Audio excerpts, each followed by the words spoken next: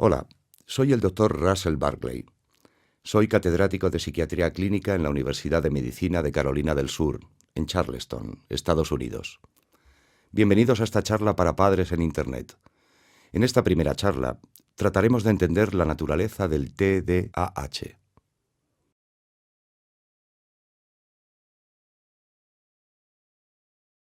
¿Qué es el trastorno de déficit de atención e hiperactividad TDAH?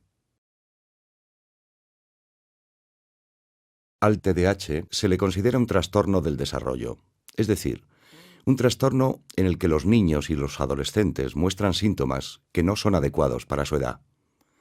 Estos trastornos se producen al menos en dos áreas del desarrollo psicológico humano. La primera de estas áreas o dimensiones que no se desarrolla adecuadamente a la edad que corresponde es la inatención. La segunda es la conducta hiperactiva o impulsiva, a la que a menudo hacemos referencia como dificultades con la inhibición. Estos síntomas se manifiestan pronto en la infancia, siendo relativamente persistentes en el tiempo y constantes en ciertas situaciones, lo que acaba produciendo una discapacidad importante para determinadas actividades principales de la vida cotidiana.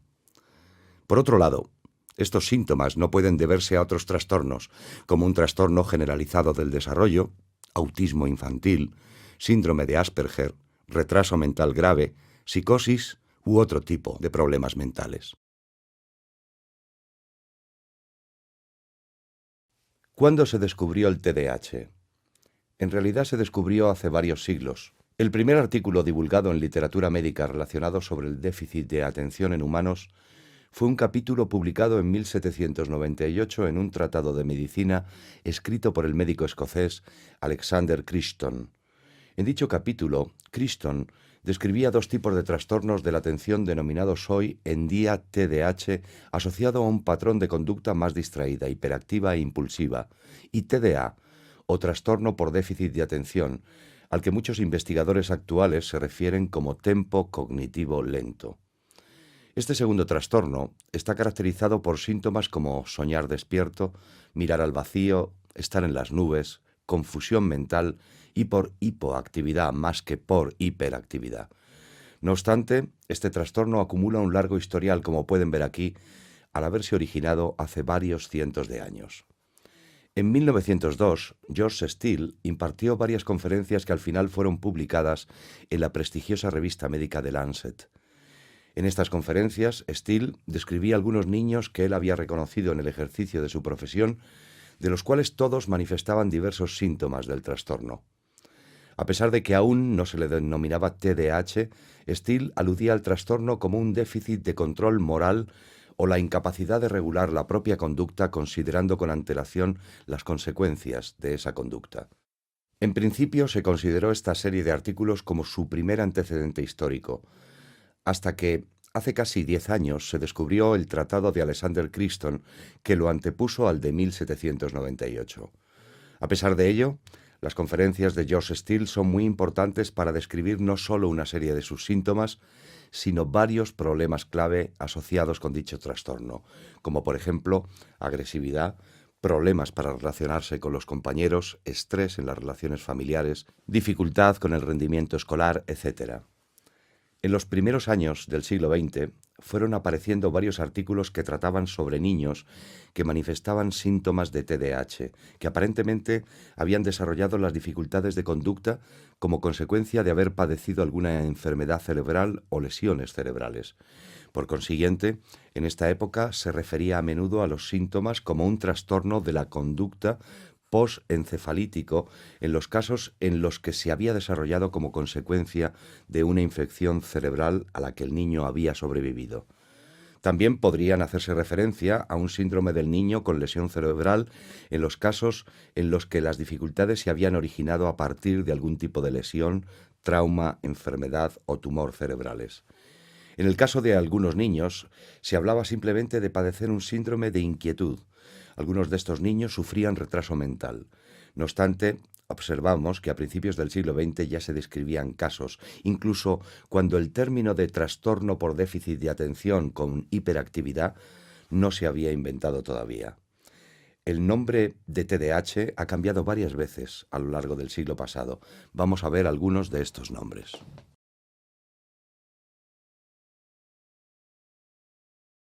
En la década de los 50 se refería al TDAH como daño cerebral leve porque se pensaba que muchos de los niños manifestaban síntomas que apuntaban a un daño cerebral y que se observaban en niños que habían sufrido distintos tipos de lesiones cerebrales, tal y como hemos visto en la diapositiva anterior. Sin embargo, como muchos de los niños no tenían un historial de lesiones cerebrales, los científicos se dieron cuenta de que se estaba haciendo referencia a un síndrome de lesión cerebral en casos en los que no existía ninguna prueba de tal lesión.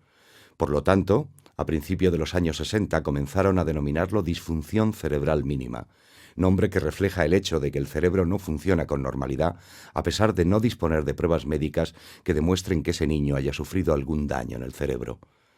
A la hora de ponerle nombre al trastorno, otros científicos comenzaron a evitar hablar de las causas y simplemente describían sus síntomas. Una de las primeras descripciones de estos síntomas fue la reacción hipercinética de la infancia o hiperactividad. Al centrarse en los síntomas, se minimizaba la causa de un trastorno que en aquella época era un gran desconocido, y además se minimizaba la posibilidad de que una lesión cerebral fuera el determinante de todos estos casos.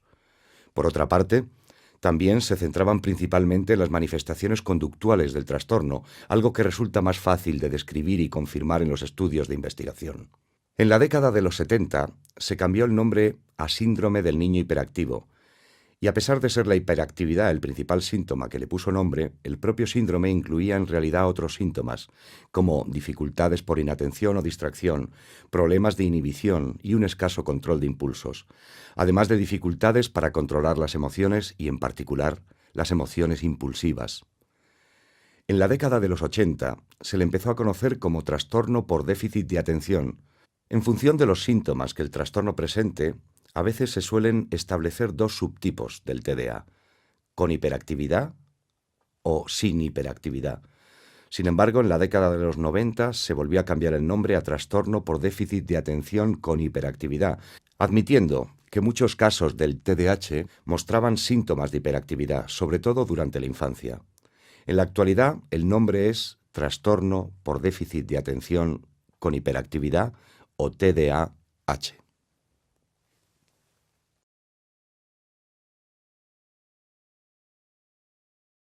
¿Cómo vemos el TDAH hoy en día? ¿Cuál es su naturaleza clínica?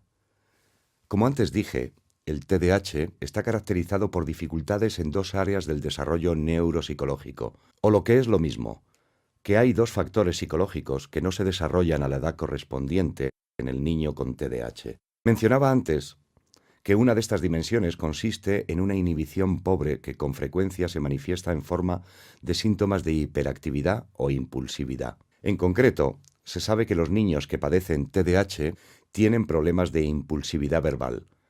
Hablan cuando no corresponde y en exceso e interrumpen a los demás.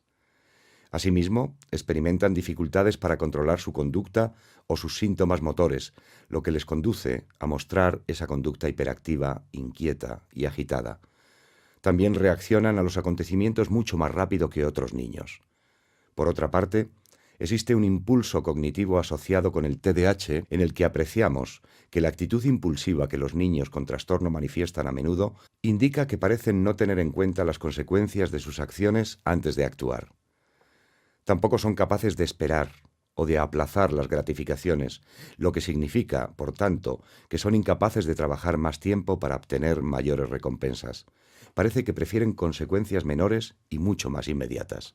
Los niños con TDAH no muestran interés por las consecuencias que sus acciones puedan tener en el futuro. Manifiestan también una conducta motora y verbal con exceso de acciones irrelevantes para la tarea. Aquí podemos ver los síntomas de hiperactividad: agitarse, retorcerse, correr, subirse a los sitios y tocar las cosas frecuentemente en determinada situación. Este comportamiento hiperactivo o agitación disminuye significativamente con la edad a medida que el niño se desarrolla, hasta ser casi imperceptible en la adolescencia. De hecho, no sirve para ayudar a diagnosticar el TDAH en adultos. Hay otros problemas coexistentes asociados con este trastorno que serán más evidentes en la adolescencia y edad adulta. Los adultos con TDAH con frecuencia cuentan que la inquietud pasa a ser interior o subjetiva, de algún modo, en el sentido de que a menudo sienten una sensación de nerviosismo interior, necesito estar ocupado, necesito hacer un montón de cosas, incluso aunque no las terminen, pero que no van corriendo ni saltando ni se comportan de forma especialmente agitada o inquieta. También apreciamos la impulsividad y el TDAH en sus emociones. Las personas con dicho trastorno no pueden inhibir sus sentimientos como lo hacen los demás. Tampoco son capaces de mostrar un mejor autodominio de las emociones fuertes que experimentan, por lo que muestran sus sentimientos abiertamente, con más rapidez y frecuencia que los demás. Dichos síntomas emocionales les generan dificultades o riesgos durante el desarrollo, además de los problemas relacionados con la conducta hiperactiva e impulsiva. Bien, como dije antes, existe una segunda dimensión en el desarrollo psicológico que no progresa normalmente en las personas con TDAH. Esto es el dominio de la inatención.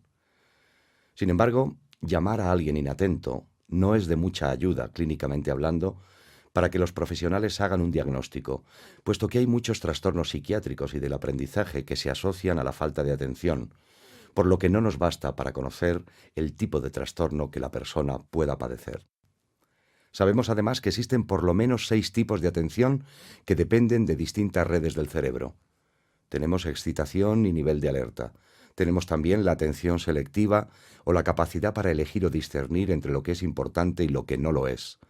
Y tenemos la atención dividida, que consiste en la capacidad de realizar varias tareas a la vez o de compartir o dividir la atención entre varias tareas simultáneas, lo que mucha gente denominaría hoy en día multitarea.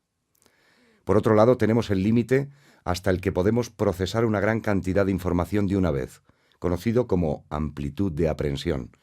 Sin embargo, el tipo de atención más relevante para entender el TDAH es el último, conocido como persistencia o atención sostenida. El TDAH no ocasiona problemas en los 6 tipos de atención. Principalmente, implica problemas con la atención sostenida o la persistencia en el tiempo hacia objetivos o tareas que se nos han asignado. Los niños y los adultos con TDAH no pueden perseverar en tareas o actividades largas como otros individuos. A esta incapacidad para la persistencia va asociada la dificultad para resistirse a distracciones, por ejemplo, a acontecimientos que suceden alrededor de uno mismo, pero que pueden ser irrelevantes para la tarea que intentamos realizar. No se trata de que las personas con TDAH perciban estas distracciones mejor que los demás, sino que la diferencia entre ellos y las personas normales está en que los primeros reaccionan a tales distracciones desviando su atención de la tarea a la distracción, por lo que no pueden terminar su trabajo. Por consiguiente, lo más indicativo del TDAH radica en la respuesta a las distracciones y no en el hecho de percibir tales distracciones. Cuando una persona normal se distrae, y muchos de nosotros nos distraemos en el trabajo, sobre todo si la distracción es importante, la persona normal retoma la tarea que aún no había completado. He aquí otro de los problemas de las personas con TDAH, que no son capaces de volver a la tarea que realizaban y continuarla. De hecho, después de distraerse, parecen haber olvidado totalmente lo que estaban haciendo y se quedan como esperando que ocurra algo más. Así que saltan de una actividad a otra sin retomar ni terminar ninguna de las tareas o actividades anteriores y cambian a algo distinto. Esta dificultad de retomar tareas responde más a un problema de memoria operativa que a un problema de atención. La memoria operativa es una facultad neuropsicológica muy particular, considerada como una de las capacidades ejecutivas del cerebro. Las capacidades o funciones ejecutivas del cerebro son aquellas que nos permiten controlar nuestra conducta, permitiéndonos, en concreto, guiar nuestra conducta por medio de la información que retenemos activamente en la mente. La memoria operativa, entonces, es la facultad de retener en la mente las cosas que vamos a hacer, incluidos el objetivo que perseguimos, los pasos que debemos dar para conseguirlo, más el resto de información que pueda necesitarse hasta conseguir dicho objetivo.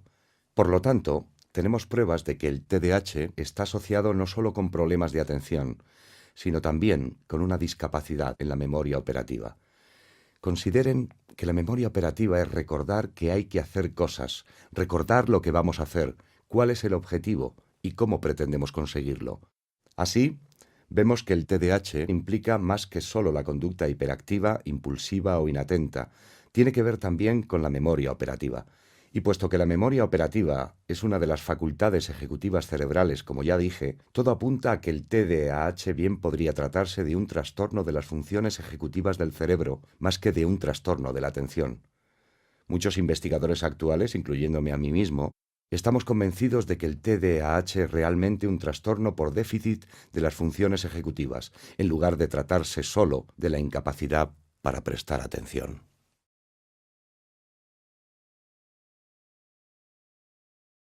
¿Cómo se diagnostica el TDAH?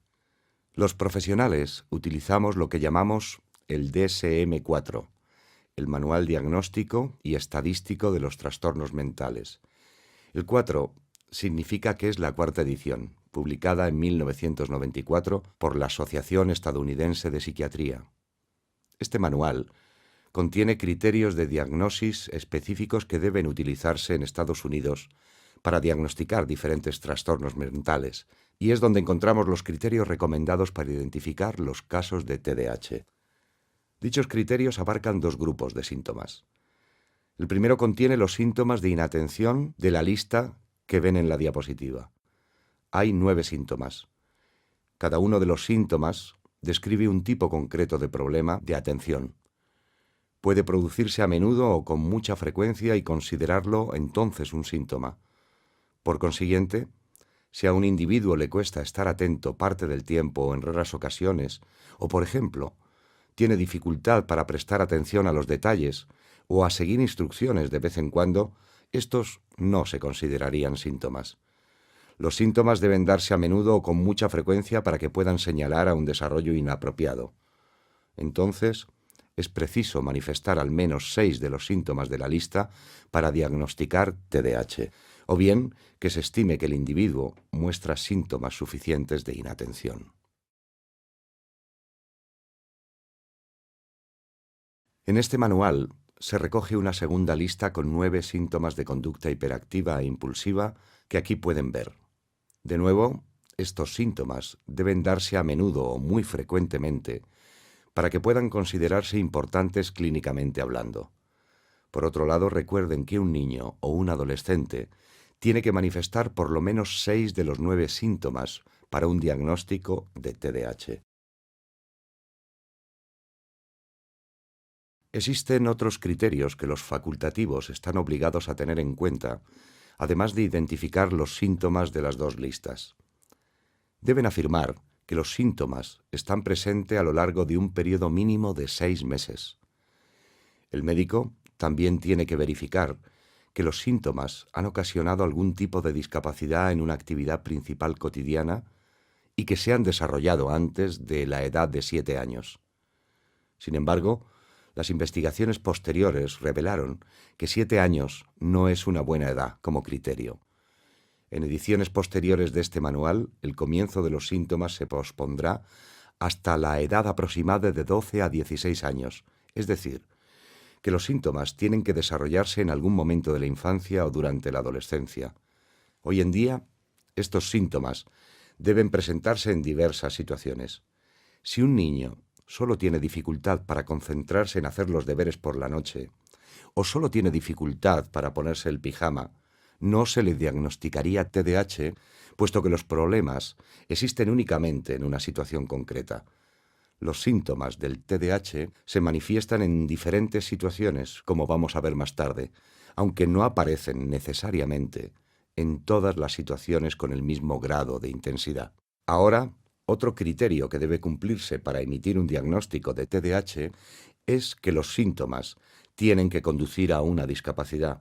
La discapacidad se refiere a una inoperancia funcional, que significa que el individuo no es capaz de funcionar con la eficacia de los demás en distintas actividades principales cotidianas, sobre todo en su vida doméstica, en el cuidado personal y en la interrelación con los miembros de su familia. En el ámbito escolar, se refiere a la relación con los compañeros y a los resultados académicos, y en el ámbito social, a las relaciones con otros niños u otros adolescentes. La discapacidad debe darse por lo menos en una o más de estas áreas para que al niño se le diagnostique TDAH. Por último, tal y como dije anteriormente, estos síntomas no se explican más fácilmente por la presencia de otro trastorno mental. Por ejemplo, Los niños con depresión maníaca o trastorno bipolar a menudo muestran síntomas de TDAH. Los niños autistas a menudo son inatentos, por lo que si otros trastornos justifican convenientemente los síntomas que el médico observa durante su evaluación, no añadiría el diagnóstico de TDAH a la lista de trastornos del niño. No obstante, si los mismos síntomas hacen descartar otro trastorno que no sucede a menudo, el TDAH es un diagnóstico correcto. En definitiva, espero que entiendan que en el diagnóstico del TDAH participan distintos criterios y no solo síntomas de inatención u otros esporádicos de inquietud o conducta impulsiva. Los individuos deben manifestar varios síntomas. Estos deben presentarse a menudo o muy frecuentemente. Deben durar durante un mínimo de 6 meses. Deben haberse desarrollado en la infancia o durante la adolescencia. Deben manifestarse en distintas situaciones y deben provocar discapacidad. Si todos estos criterios se cumplen en un niño, le diagnosticarán TDAH. Prevalencia del TDAH. Antes creíamos que se daba solo entre el 3 y el 5% de la población infantil, pero ahora sabemos que la cifra se encuentra más bien entre el 7 y el 8%. Esta variación se debe a que, a principios de los 80, los investigadores y médicos comenzaron a reconocer que existía otro tipo de TDAH que ahora llamamos tipo inatento o TDA, si es un trastorno por déficit de atención, e incluyeron ese tipo en sus criterios de diagnóstico de forma que ampliaron su definición para que abarcara otro subgrupo de niños. De esta manera, la prevalencia del TDAH aumentó al 7% aproximadamente en la población en edad escolar en Estados Unidos al aplicar los criterios de manual DSM-4 que acabo de explicar. Significa que entre 3 y 4 millones de niños en Estados Unidos tienen diagnosticado un TDAH. El trastorno se ha estudiado en diversos países y se ha descubierto que por lo menos entre el 5 y el 6% de la población infantil mundial padece probablemente el trastorno. El motivo por el que las cifras sean algo inferiores en otros países puede deberse a la calidad de la atención sanitaria y en particular a la prenatal, pues sabemos que en algunos casos el trastorno surge a partir de complicaciones durante la gestación, como veremos más adelante. En países que no están bien desarrollados o que carecen de atención sanitaria adecuada, muchos de estos bebés podrían morir. Pero en Estados Unidos, así como en otros países occidentales y desarrollados, disponemos de la atención médica apropiada para garantizar que muchos de ellos sobrevivan. Esos bebés sobreviven y acaban desarrollando el TDAH, lo que explica la razón por la que los países desarrollados pueden registrar una cifra algo superior de este trastorno que los países en vías de desarrollo, por lo que parece estar más relacionado con la calidad y el acceso a los servicios sanitarios de niños y mujeres gestantes. Sabemos además que hay adultos que padecen TDAH. De hecho, por lo menos las 2/3 partes de los niños afectados seguirán padeciendo el trastorno a su edad adulta. Este dato explica el hecho de que podría diagnosticarse TDAH entre el 4 y el 5 aproximadamente de la población adulta de los Estados Unidos. Es decir, alrededor de 12 y 15 millones de adultos. Estudios realizados en todo el mundo demuestran que muchos otros países registran también casos en el adulto y calculan una prevalencia aproximada del 3 al 4% en todo el mundo. Les recuerdo que otros países no cuentan con el mismo nivel de TDAH que los países occidentales desarrollados, como Estados Unidos, e insisto en que creo que está relacionado con la atención sanitaria. A pesar de todo, pueden ver que el TDAH se trata de un fenómeno mundial y universal en el ser humano. En la actualidad, el índice de prevalencia del TDAH de un país varía según el resultado de determinados factores demográficos diferentes. Por ejemplo, este trastorno es más frecuente en niños y su prevalencia disminuye en la edad adulta, es decir, que está relacionado con la edad del individuo. Por otra parte, también se le puede relacionar con las distintas clases sociales, siendo más común en niños de clases sociales inferiores, dígase clase trabajadora o clase obrera, que en las clases sociales más altas o niveles de educación mayores. No obstante, las diferencias entre las clases sociales son poco significativas. Es más frecuente en núcleos de población densa o en núcleos urbanos, por ejemplo, en las zonas deprimidas de las grandes ciudades estadounidenses, donde se da con más frecuencia que en zonas residenciales o rurales. Queda por determinar la razón de la relación que el trastorno tiene con la densidad de la población, aunque se cree que tiene que influir factores como la clase social, la pobreza y la calidad de la atención sanitaria. Las zonas desfavorecidas del centro de las ciudades tienden a ser más pobres que los barrios residenciales de las afueras y las grandes áreas metropolitanas. Por consiguiente, es posible que se produzca más en estas zonas deprimidas debido a una asistencia sanitaria prenatal deficiente o bien de otro tipo. También sabemos que puede darse con mayor frecuencia en niños con padres de ciertas profesiones. Por ejemplo, es 3 veces más común entre los descendientes de militares de Estados Unidos, es decir, los hijos del personal militar. Pero esto no tiene nada que ver con que el ejército provoque TDAH en la infancia, sino más bien con quién se alista en el ejército. A menudo, cuando los niños con este trastorno crecen, eligen no ir a la universidad cuando terminan el instituto y buscan otra opción a la que dedicarse. Parece que los chicos con este trastorno optan por enrolarse en el ejército con más frecuencia que otra gente. Es una forma de explicar por qué hay más adultos con TDAH en el ejército que en otras profesiones. Y dado el alto factor hereditario de este trastorno, es fácil entender la razón por la que el TDAH es más común en descendientes de personal militar. Hay más adultos con el trastorno en el ejército y estos adultos van a tener hijos. Es más común también entre personas de otras profesiones, por ejemplo, músicos, como músicos de rock, y artistas de espectáculos, como actores o cómicos. Puede darse con más frecuencia en personal de ventas. La razón es de nuevo la misma: que más adultos con TDAH tienden a desempeñar tales profesiones y, como consecuencia del factor genético del trastorno, lo más probable es que cuando tengan hijos exista mayor riesgo de que estos padezcan el mismo trastorno que los padres con esta profesión. Vengo a decir que se trata de un trastorno universal que podemos encontrar en todos los grupos humanos y que pueden variar algo en función de la edad, clase social, país de procedencia o densidad de población, pero que el TDAH existe en todos los grupos étnicos. Hasta el momento no hemos podido identificar grandes diferencias étnicas en la prevalencia del trastorno.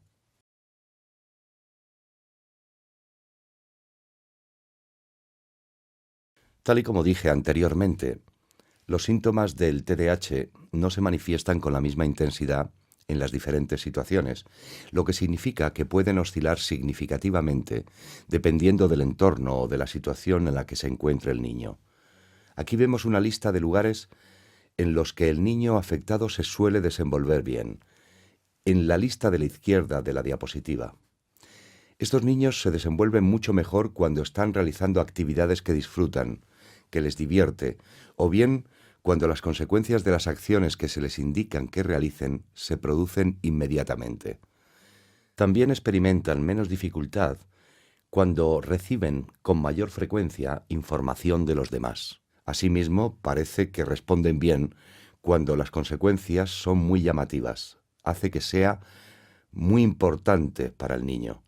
Los niños que sufren TDAH se comportan mejor por la mañana y empeoran a medida que avanza el día.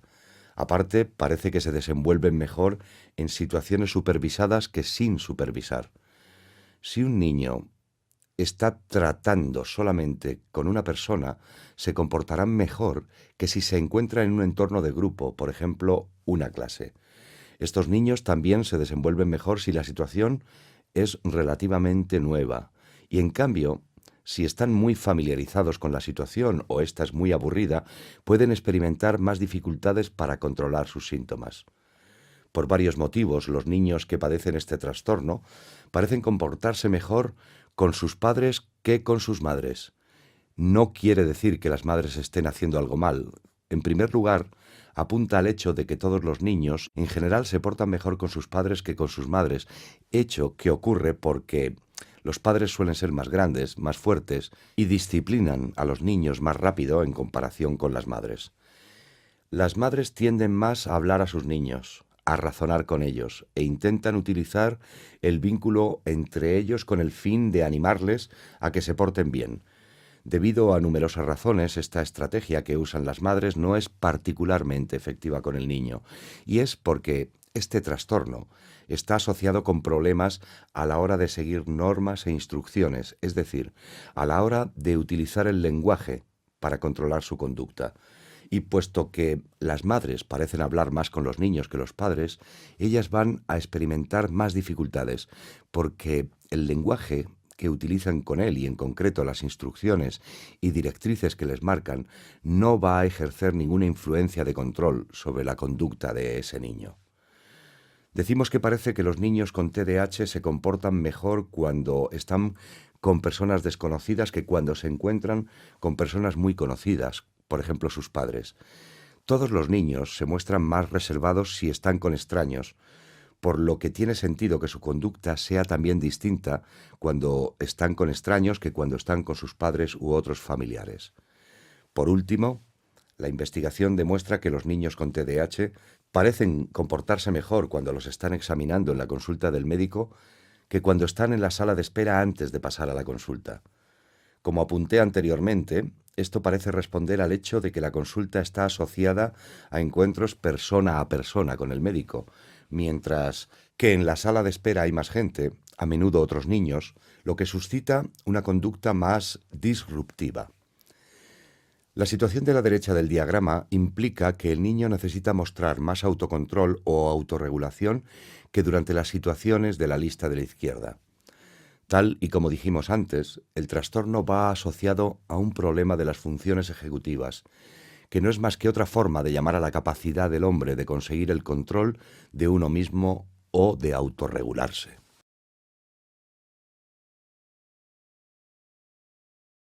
Bien, como ya he dicho antes, hay mucho más detrás del TDAH que el simple hecho de ser incapaz de prestar atención. Está asociado a problemas con las capacidades ejecutivas del cerebro, las denominadas funciones ejecutivas. Existen varias funciones ejecutivas. Todas ellas sirven para ayudar a un individuo a controlar su propia conducta, a dirigirla en el tiempo para prepararla para el futuro. Una de las funciones ejecutivas más importantes es la conciencia de sí mismo. Imagínenla como el espejo de la mente. Ponemos un espejo delante de nosotros para poder examinar nuestra conducta y supervisar lo que hacemos. En realidad, no tenemos ningún espejo delante, pero nos sirve como metáfora para hacernos una idea de lo que es la conciencia de sí mismo, la capacidad de vernos dentro de nuestra mente, de ver lo que hacemos y cómo lo estamos haciendo. Los niños con TDAH sufren problemas considerables con la conciencia de sí mismos. No parecen siempre apreciar las dificultades que experimentan. Tampoco parece que evalúen muy bien las consecuencias de lo que vayan a hacer. La segunda capacidad ejecutiva es la inhibición. Es como si la mente se frenase, como los frenos de un automóvil. El niño no es capaz de detener una conducta tan rápido como los demás, ni de inhibirse durante largos periodos de tiempo si es necesario hacerlo mientras realizan una tarea concreta. Por ejemplo, los deberes. A otra de las capacidades ejecutivas se le conoce como memoria operativa no verbal, aunque yo prefiero considerarla como una imagen visual, la capacidad de retener imágenes en la cabeza, conocida como el ojo de la mente. Con frecuencia, utilizamos imágenes del pasado para dictarnos cómo comportarnos en una situación actual y para programar nuestra conducta en el tiempo. Háganse a la idea de que esta función ejecutiva es como un sistema GPS que usamos en el coche para guiarnos por un camino desconocido. Igual que un GPS, la mente conserva imágenes para poder planificar nuestra conducta en el tiempo. Igual que usamos las imágenes de la pantalla del GPS del automóvil para ver dónde estamos y hacia dónde nos dirigimos, los humanos utilizan las imágenes visuales para prácticamente lo mismo. A una cuarta capacidad ejecutiva se la conoce como memoria operativa verbal, aunque no es más que nuestro discurso interior, la voz de nuestra cabeza. Esta voz interior surge relativamente pronto en la infancia, generalmente entre los 4 y los 10 años de edad, y es la que nos permite hablar a solas con nosotros mismos, sin que nadie nos escuche, para decirnos lo que hacer, pensar en cosas, preguntarnos a nosotros mismos y además dictar nuestra propia conducta. Usamos nuestra propia voz para hacer todo eso. Otra capacidad ejecutiva es la facultad de inhibir las emociones fuertes y de utilizar nuestra capacidad de autorregulación con el fin de moderar tales emociones y adaptarlas para que socialmente sean más aceptables cuando decidamos manifestarlas.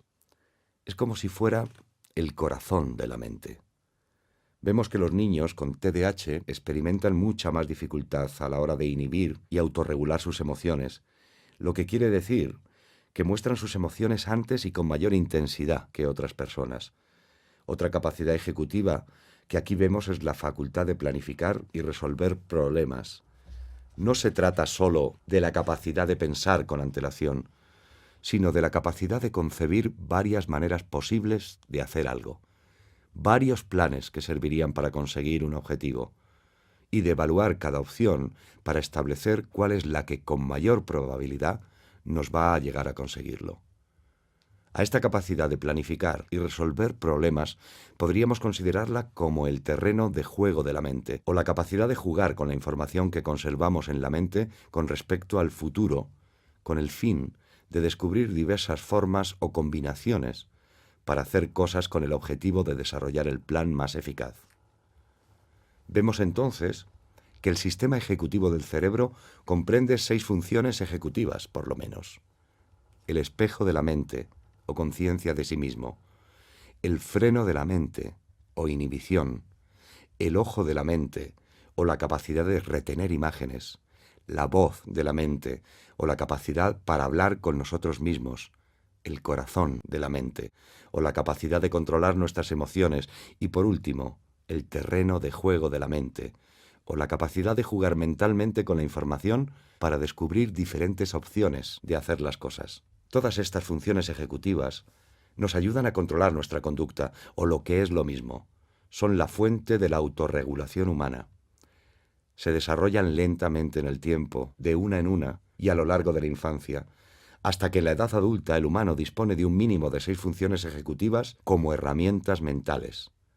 Imaginen el cerebro ejecutivo como si fuese una navaja suiza de varios instrumentos para hacer cosas. Pues en esto consiste el sistema ejecutivo, en una combinación de varias herramientas que utilizamos para regular nuestra propia conducta con el fin de prepararnos para el futuro.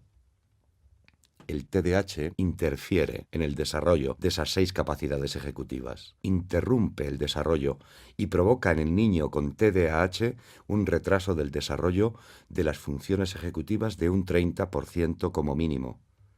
Volveré a esta cifra un poco más adelante en la presentación, sobre todo en la segunda parte de la charla sobre el tratamiento de TDAH, en la que expondré la regla del 30%, pero por el momento, si desean entender en qué punto del desarrollo de las funciones ejecutivas se encuentra su hijo, solo tienen que restarle un 30% a la edad para hacerse una idea de la edad ejecutiva del niño. Por ejemplo, lo más probable es que un niño de 10 años que padezca TDAH tenga las funciones ejecutivas, la edad ejecutiva o básicamente el autocontrol de uno de 7 años. Y si tiene esto presente, comprenderá mejor la razón por la que su hijo se comporta como lo hace. Esta regla también puede servirle para rebajar las exigencias con respecto a la conducta del niño, lo que evitará muchos de los conflictos entre ambos.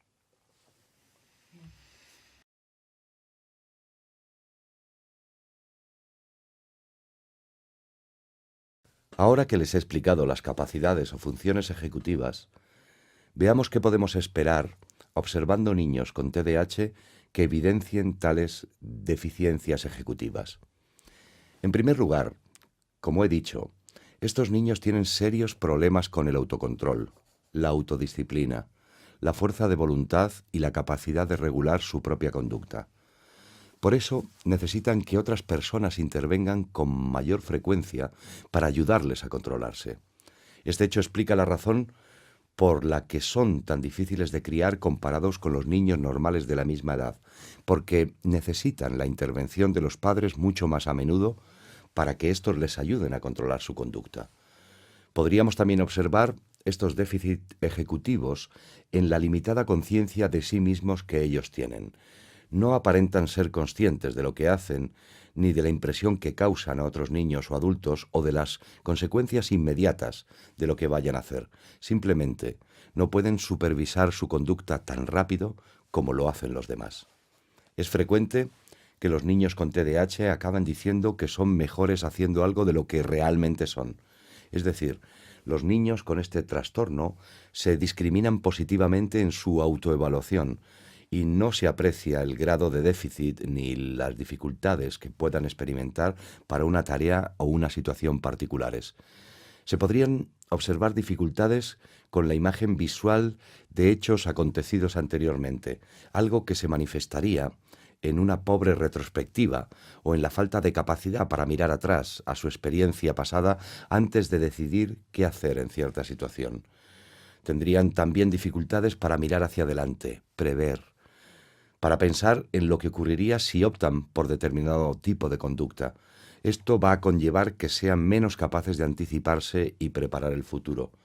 Es como decir que un niño con TDAH parece vivir en el ahora mismo, mientras que otros niños comienzan a desarrollar sentido del tiempo y capacidad para mirar hacia adelante y comienzan a anticiparse a lo que les puede ocurrir.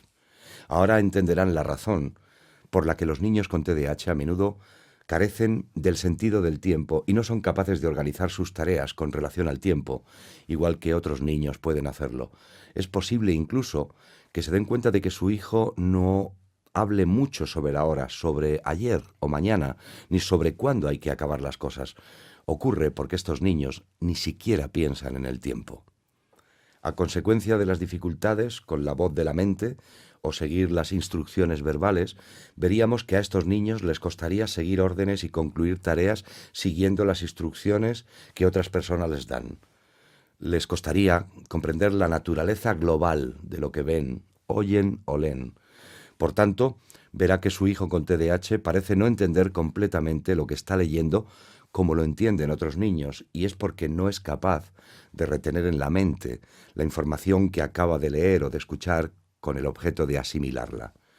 Como ya he mencionado, estos niños van a experimentar dificultades con el autocontrol emocional, no van a poder regular sus emociones como los demás, y van a mostrar sus emociones fuertes de forma más impulsiva.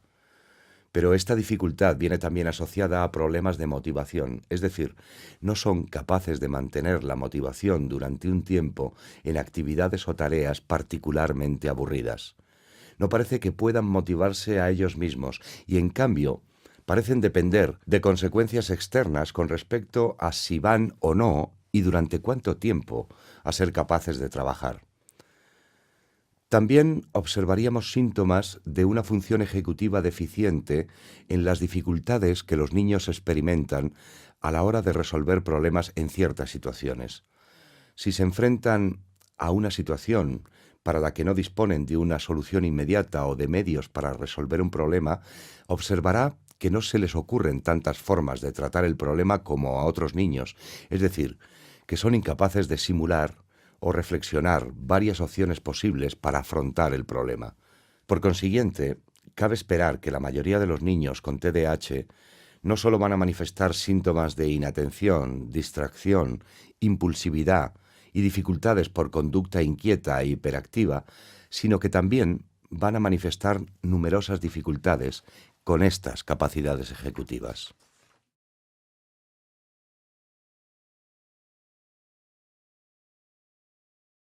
Hace poco tiempo, en concreto a partir de finales de los 90 y hasta la década pasada, los investigadores han detectado lo que parece tratarse de un segundo trastorno de la atención.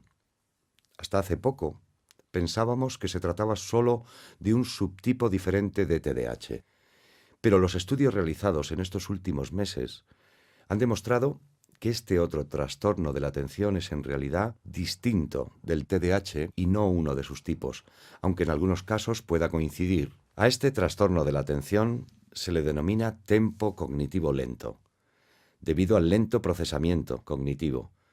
Algunas personas lo llaman TDA o trastorno por déficit de atención, aunque yo prefiero denominarlo TCL, por tempo cognitivo lento.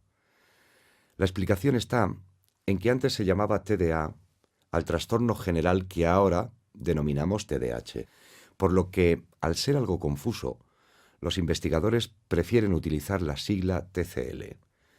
Veamos entonces por qué pensamos que el TCL es un trastorno de la atención diferente a pesar de confundirse a veces con el TDAH. Pues, en primer lugar, porque los síntomas del TCL difieren bastante de los del TDAH. Es cierto que los síntomas incluyen problemas de concentración, pero aquí pueden ver de qué tipo se tratan. Los principales son soñar despierto, estar en las nubes, mirar al vacío a menudo, procesar información de forma muy lenta e inexacta, es decir, que da la impresión de tener la mente nublada o de confundirse con facilidad. Suelen mostrarse aletargados, lentos, letárgicos, hipoactivos e incluso somnolientos, casi lo contrario que en la hiperactividad manifestada por un niño con TDAH. Los niños con TCL parecen confundirse con facilidad, y esto sucede porque no parecen prestar mucha atención al mundo exterior, y en su lugar se muestran como mucho más perdidos en sus pensamientos, soñando despiertos. El resultado es la apariencia de estar en las nubes, como si estuvieran un poco desconectados con el mundo que les rodea. Algunas pruebas muestran que cuando se indica a las personas con TCL que se concentren en una información y la procesen, tienen dificultad para elegir entre lo que es importante y lo que no. Así que creemos que el TCL está asociado con un problema con la atención focalizada o atención selectiva, mientras que en el TDAH, en cambio, el problema radica en la persistencia en las tareas y la resistencia a las distracciones. Los niños con TCL aparentan tener dificultades con recordar la información que han aprendido antes.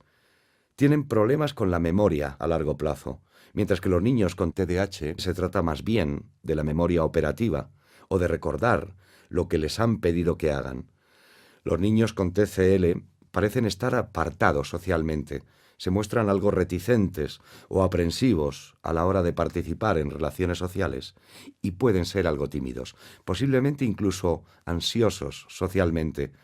Este patrón de conducta social difiere bastante de la que hemos visto en niños con TDAH, que suelen ser muy charlatanes, participativos, intrusivos, disruptivos, emotivos, controladores y, en definitiva, mucho más activos socialmente que los niños con TCL.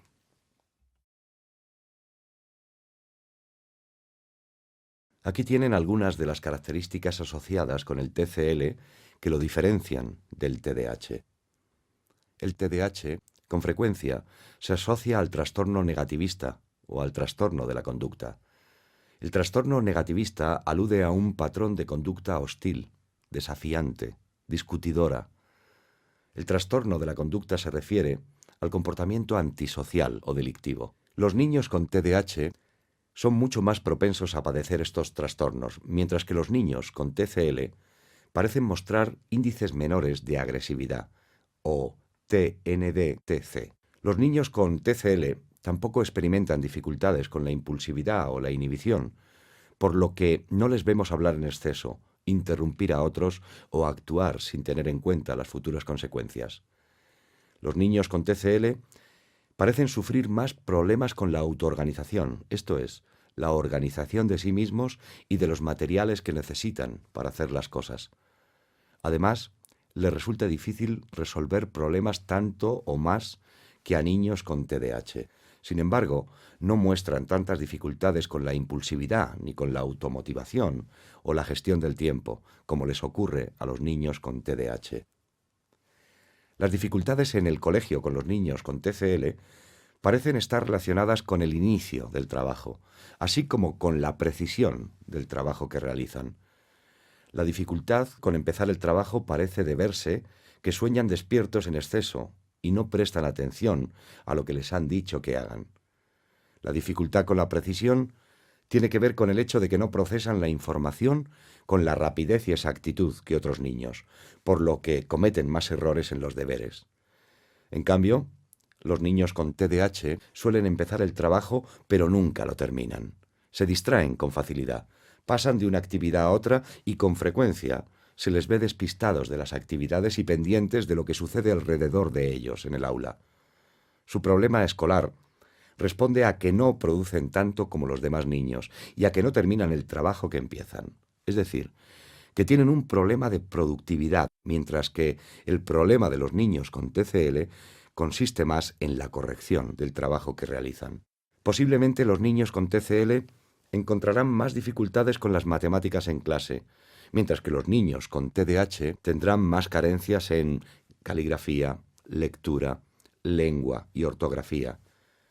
Algunos estudios, como el que realicé hace 10 años sobre el historial familiar de los niños con TCL, sugieren que los familiares de estos niños son más propensos a sufrir trastornos por ansiedad o discapacidades del aprendizaje, mientras que los familiares de los niños con TDAH tienden más a conductas antisociales, problemas de conducta, dificultades para terminar en el instituto y problemas por experimentar con sustancias aditivas o por abuso de esas sustancias.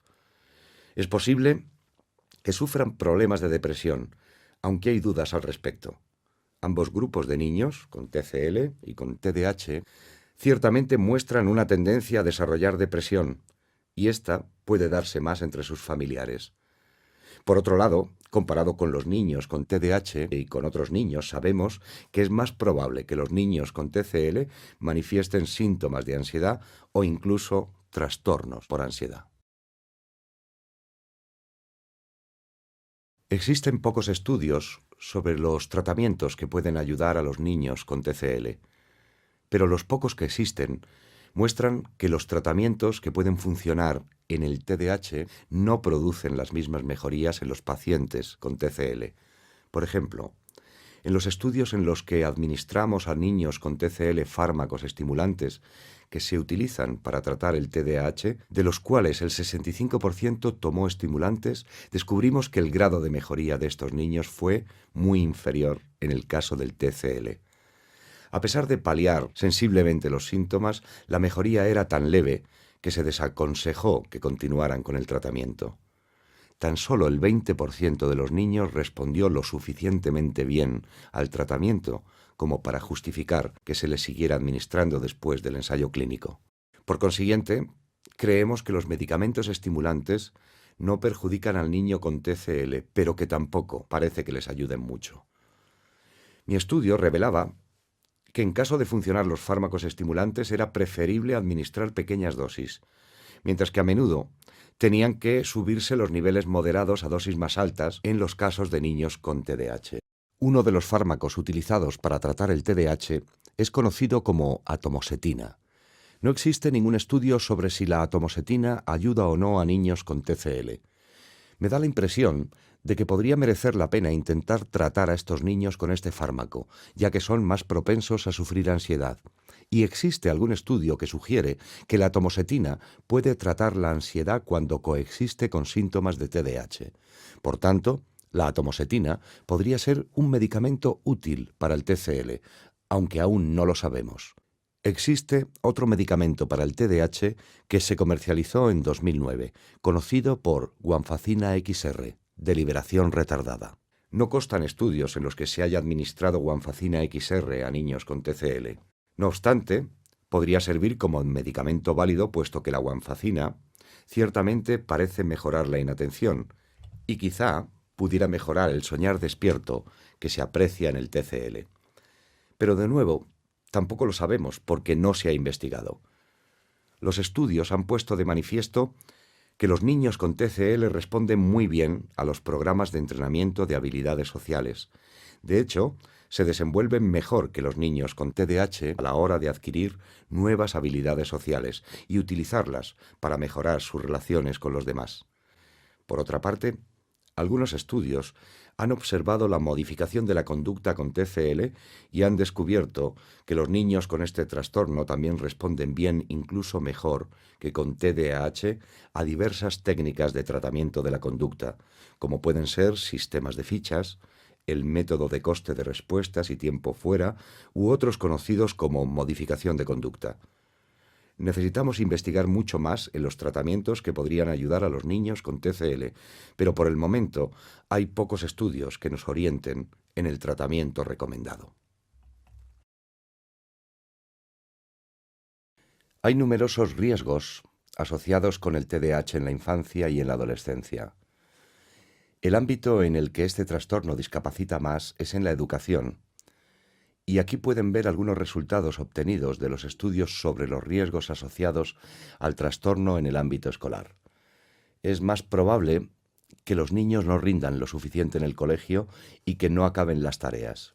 Como ya he dicho antes, suelen mostrar índices bajos de productividad e índices mucho más elevados en conducta escolar inapropiada y en problemas al relacionarse con los compañeros. Como consecuencia de ello, es muy posible que repitan algún curso. Casi la mitad de los niños con TDAH acaban por recibir algún tipo de apoyo educativo especial. Muchos estudios revelan que es mucho más probable que estos niños no acaben el instituto. De hecho, si este trastorno no se trata adecuadamente, tienen 3 veces más probabilidades de abandonar los estudios durante el instituto que otros chicos. Alrededor de una tercera parte de los adultos en Estados Unidos asiste a la universidad y termina los estudios. Vemos que sobre un 20% de las personas con TDAH posiblemente asista a la universidad, pero que solo entre el 5 y el 10% la acaba. Esto se debe a que la universidad es muy exigente con las funciones ejecutivas cerebrales y estas personas se desenvuelven con mucha dificultad en esta área. Sus logros académicos son inferiores a las de otras personas. Existen otras áreas en cuyo funcionamiento es posible que el TDAH interfiera. Más del 80% de los niños con TDAH sufren un segundo trastorno psiquiátrico y más del 50% de esos niños padecerá probablemente un tercer trastorno, es decir, por lo menos 2 trastornos más aparte del TDAH. Los médicos lo llaman comorbilidad, que significa la coexistencia de varios trastornos en un mismo individuo. Por ejemplo, 2/3 partes de estos niños posiblemente desarrollen un trastorno negativista desafiante, el que les expliqué antes, que consiste en un comportamiento hostil, rabietas, obstinación, protestas continuas, negarse a obedecer. Entonces, es normal ver que los niños afectados sufran más de un trastorno.